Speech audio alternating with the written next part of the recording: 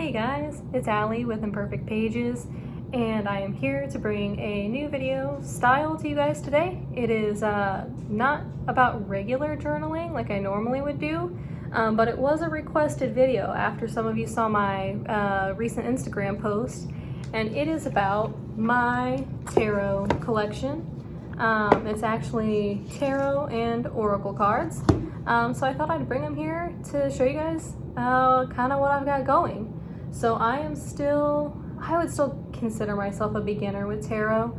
I don't use them in the traditional manner for like doing readings for people necessarily. I will do readings for myself. I use them kind of as a tool for reflection, for kind of using them to dive into the deeper parts of my mind and my body that maybe I can't access without some like prompting, or I guess prompting would be the right word for that, to kind of encourage me to think about things that may not be in the forefront of my mind, to kind of dig into the subconscious a little more. So yeah, I will I guess first I will start with the very first deck that I bought, which I bought this handmade on Etsy. It's just in this burlap bag. You can see I've got a couple crystals in here, and I will kind of just show you guys a few of the cards and maybe how I use them, I guess. It's yeah, we're just gonna kind of experiment with this video because I don't really know. I've watched a handful of tarot videos to try to come up with some ideas, and the way other people use tarot is different than how I use it. So I'll just kind of tell you guys about how I use it. These are the crystals that I keep in that bag. This one is a piece of tumbled rose quartz, and this one is, I'm honestly not sure what this is exactly. I've had it for literally years. Like, I don't remember ever buying these crystals. I do have a lot of other crystals and gemstones that if you guys would like a tour of those someday, I would be more than happy to do that. But these are the ones that I feel like connect with this deck the most. So I do keep those, I just drop them in the burlap bag, and they just kind of sit on the side of my deck when it is in here. So these are the cards. These are the backs of them. And yeah, it does look like it's focusing. And these cards are really nice. Let me try to draw a major arcana card here, something that everyone will be able to understand. This, we'll draw this one here. Maybe. Let's see here. I was looking for a card that's people would be a little more familiar with the imagery of. Okay, we'll go back to the one that I picked originally to use as my example. I feel like that's my intuition telling me like this is an okay card to use as an example. And it is the Moon card. I don't know if it's gonna focus, and my phone is in selfie mode that I'm using to record it, so everything's gonna be flipped anyway, I think. But it does have it has the number, the imagery of the card is kind of in the middle, and these are standard size cards. But then on the side over here, it has the name, the elemental sign that it's associated with. So for the Moon card, it's associated with water, and then the zodiac sign it's associated with, and that is Pisces. And then, as you can kind of see, maybe it's not gonna focus, is it? Dang. Anyway, down here it has a little like quote, and then these right here are keywords. So based on which way you pull the card, it has the keywords for the upright side. Well, I guess this would be the reversed side. This is the top of the card. These are the keywords for the upright side, and then if you flip it, it has the keywords for the reversed side. I've realized that the more that I use this deck, the less I associate with these keywords specifically. I have kind of been enjoying reading,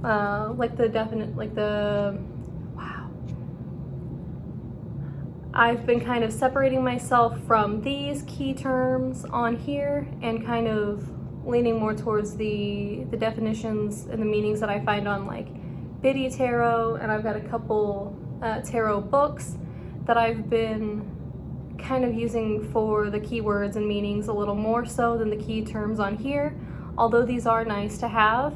But I've just noticed that some of these key words that I've found on these cards just don't resonate with the meanings that I feel are associated with the cards. And that's kind of where, when I say I don't read tarot the way other people do, that's kind of where that comes into play. I read it more intuitively, what the imagery means to me, what stands out to me, instead of always following the traditional meanings. And I've found it to be a much more useful practice when I've used the meanings that I get from the cards. I'm gonna get a drink here real quick, I'm sorry. Since I'm just gonna keep rambling my, random thoughts to the internet, I guess. Okay, so this was my first deck. Like I said, I got it from Etsy.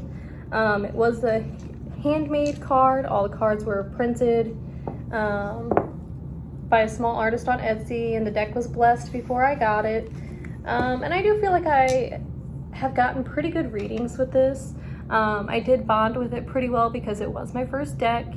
When I do, occasionally I will do readings for other people I'm close to, like my mom, or my partner will sometimes let me do readings for him. So when I do readings for other people, I will use this card or this deck just because I am more bonded with it than I am the other ones. So now that I've rambled for like 7 minutes about one deck, I will just get to the next one, which was the second deck I purchased. And first of all, I got this cute little pouch for it. I do like having my decks in pouches because I feel like it makes it, I don't know, it feels like it gives the deck a home. I know the box is, it's home, but I also like to have a pouch associated with it. And this deck, if you guys follow me on Instagram, you probably have seen it. And it is the Doodle Tarot deck. And this was made by a small artist, MK Holloway. Originally, I found out about this deck because Heather Mattern shared it on her YouTube. And these cards are so cute. The artwork on them is just adorable. I mean, it really just, it really calls to my inner child, and I just I'm more drawn to these when I am in a more like positive, upbeat, kind of playful mood. If I'm working on some like inner child healing, I'm usually drawn to this deck. If I'm going through a time where like my creative energy is just really high and I'm working on a lot of projects, I'm definitely drawn to this deck. The back of it is super cute. It's got the composition notebook print that I adore it. And the bottoms of these cards have the keywords on them, and that's definitely not gonna focus. Or maybe it's focused enough, I guess, I'm sorry. But it does have the keywords for the upright and the reversed. Personally, I have only been reading upright cards recently, like using the upright meanings, just because I was getting overwhelmed by having to remember the meanings for uprights and reversed cards. And it felt like it was hindering my usage of tarot. So I recently, about a month and a half ago, switched to doing upright cards only, and that's been really beneficial. Actually, I'll do this deck after. I'm showing these in order of when I bought them. This was my third deck. I bought these as an impulse, but have been obsessed with these recently. I have been loving this deck. It is the Tattoo Tarot. I just bought this at Barnes & Noble, like I said, on a whim. I was on a date with my partner. We went to Barnes & Noble, and these cards were in the like mystical, spiritual section. And yeah, I saw them and I was like, oh, those are really neat. But I don't need another deck of tarot cards because I have 2 decks, and I really don't need to buy another deck right now. You know, it's not in the budget because they are $15, which really isn't bad because my other 2 decks I did spend more than $15 on. But then we were in the store for like 45 minutes and I just kept thinking about the tarot cards, and I kept walking back over to them, and eventually I bit the bullet and picked them up. Here's the guidebook for it. It just has the meanings with tiny pictures.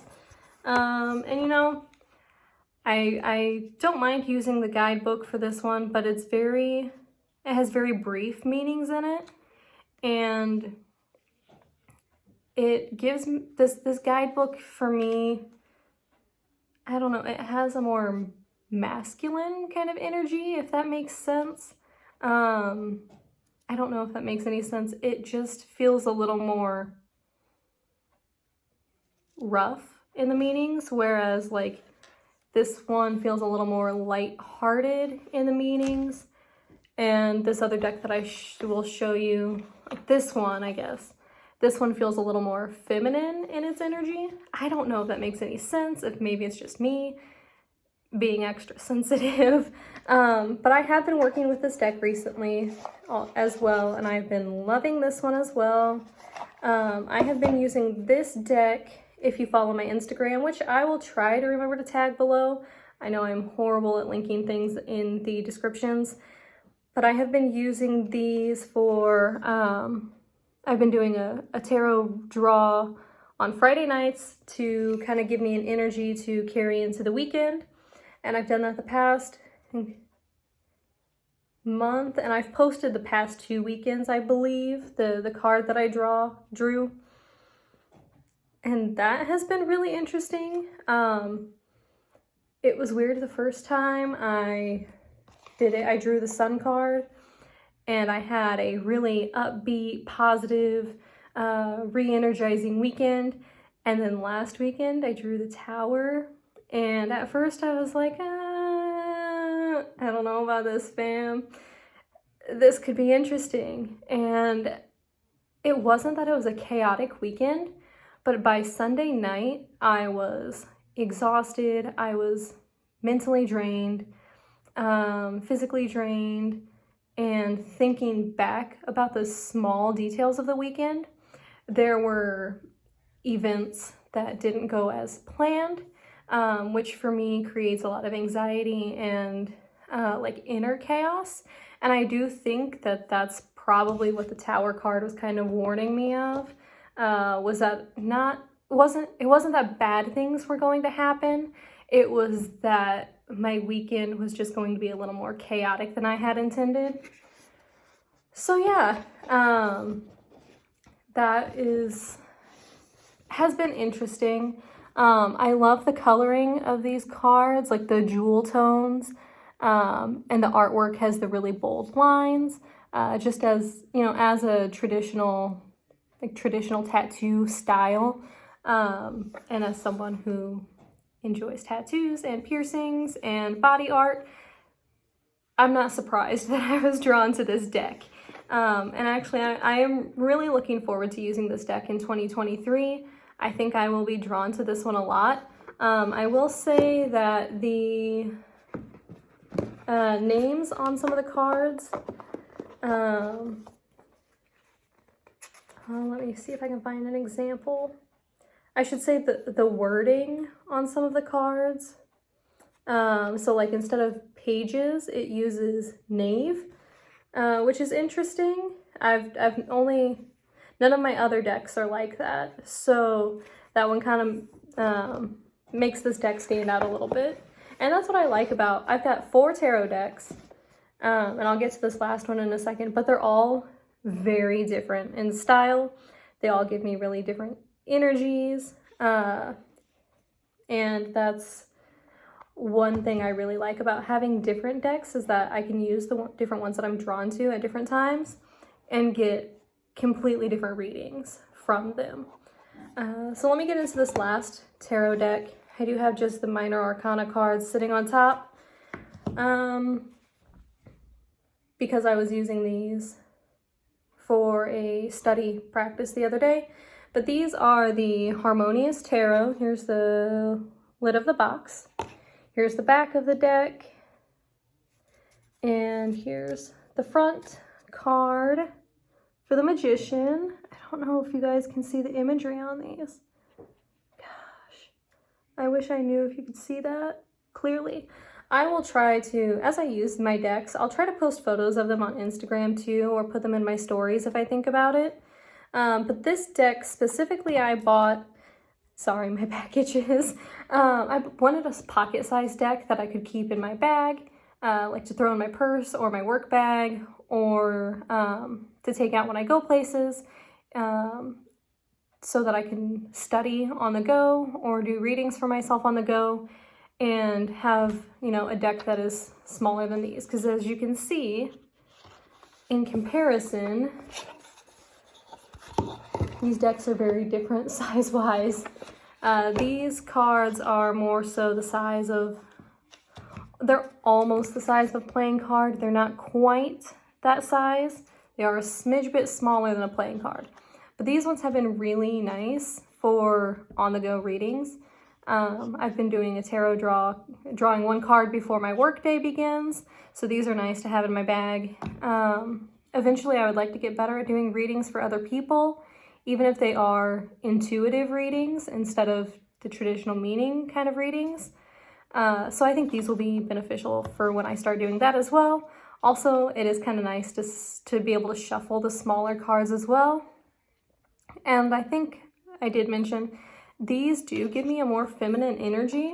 I don't know if it's the artwork, like the art style, the imagery that gives me a more feminine energy, or if it's the deck itself, but I do like using these cards when I am feeling a little more sensitive, like maybe when I'm needing a little more self-care or a little bit more nurturing. So these are my most recent addition. I just got these like 3 weeks ago. So yeah, these have been really nice to work with as well. And like I said, they're just tiny and they're cute, and I love these cards. And then finally, this Oracle deck. I only have one Oracle deck. I literally just got this last week. I found it on Etsy. It was made by a small artist. And I will try to link this below as well, if possible. And it is called the Wanderer's Traveling Oracle deck. And like I said, it is made by a small artist, and the artwork on these is stunning. I will pull out a few cards here. And the guide card as well. I need to keep an eye on my time here. This has been going for 18 minutes. I am so sorry. Editing, Allison. Please help the audience, because they are gonna not want to listen to you ramble for 20 minutes. This is the guide card. It has the meanings on both sides, and these cards are numbered. So you can see this is card number 16. And the meaning for card number 16 is, time to throw caution to the wind and jump. And as you can see, this creature looks like he's jumping off of this like cliff or something in the background, and he's really just, you know, taking a careless approach to things and, you know, letting the unknown just happen. So, I mean, how cool is that? The artwork, like I said, is beautiful. I love this doodle style on the back of the cards. This one's gorgeous, but these cards are just, let me see if I can find another really stunning one. This one just screams the fall aesthetic to me. Like, they're just, oh my gosh. What's another really fun one that I I loved, let's see, I'm sorry guys, I don't mean to make this super long-winded and rambly, but that seems to be my style, and I don't think that'll change anytime soon. But look at the background on this. This one is pull out your armor, it's time to suit up. And that is just, oh, I love it. Let's find another. I mean, all of these illustrations are beautiful. I really, really loved this one with the two trees. They look like they're dancing, just kind of letting life happen. Maybe there's, you know, a connection between these two trees and they're letting their lives kind of come together and intertwine. And these cards are just stunning. And I believe if I read the story that went with it right, this lady drew the illustrations while she was undergoing cancer treatment, or maybe it was after she recovered. I'd have to, I will definitely tag the, put the link to the Etsy store below, because the story was just beautiful and the artwork is just fantastic. So yeah, I won't go through the whole deck. You'll just have to buy it yourself, because like I said, these cards are just, this one is absolutely one of my favorites. This little bat, excuse me, I'm so sorry, stunning. I love it. I love this deck so much. And I really enjoy having the Oracle deck. I feel like it allows just a little more vagueness when interpreting the meaning of the cards. So when I pair it with my tarot deck, it adds an extra element to the reading.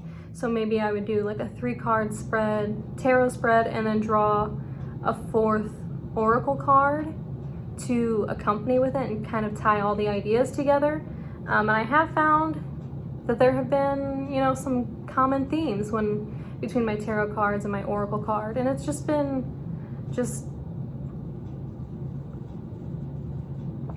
sorry, I'm just blabbering here. But it's just been wonderful. So I will gather these all back up here. This is my beautiful little spiritual self-reflection, self-growth,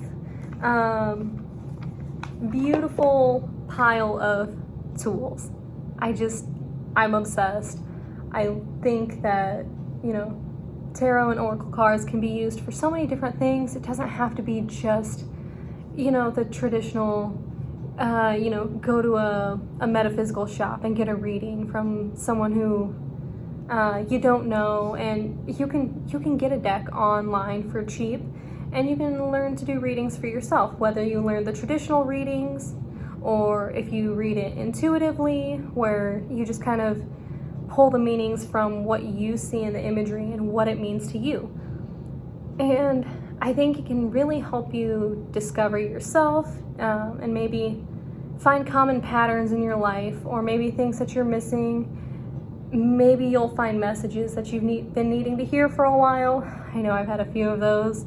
Ironically, I remember I had a tarot reading back in July that it basically just called me out on this relationship with a former friend. And literally later that week, that relationship with that friend came to an end.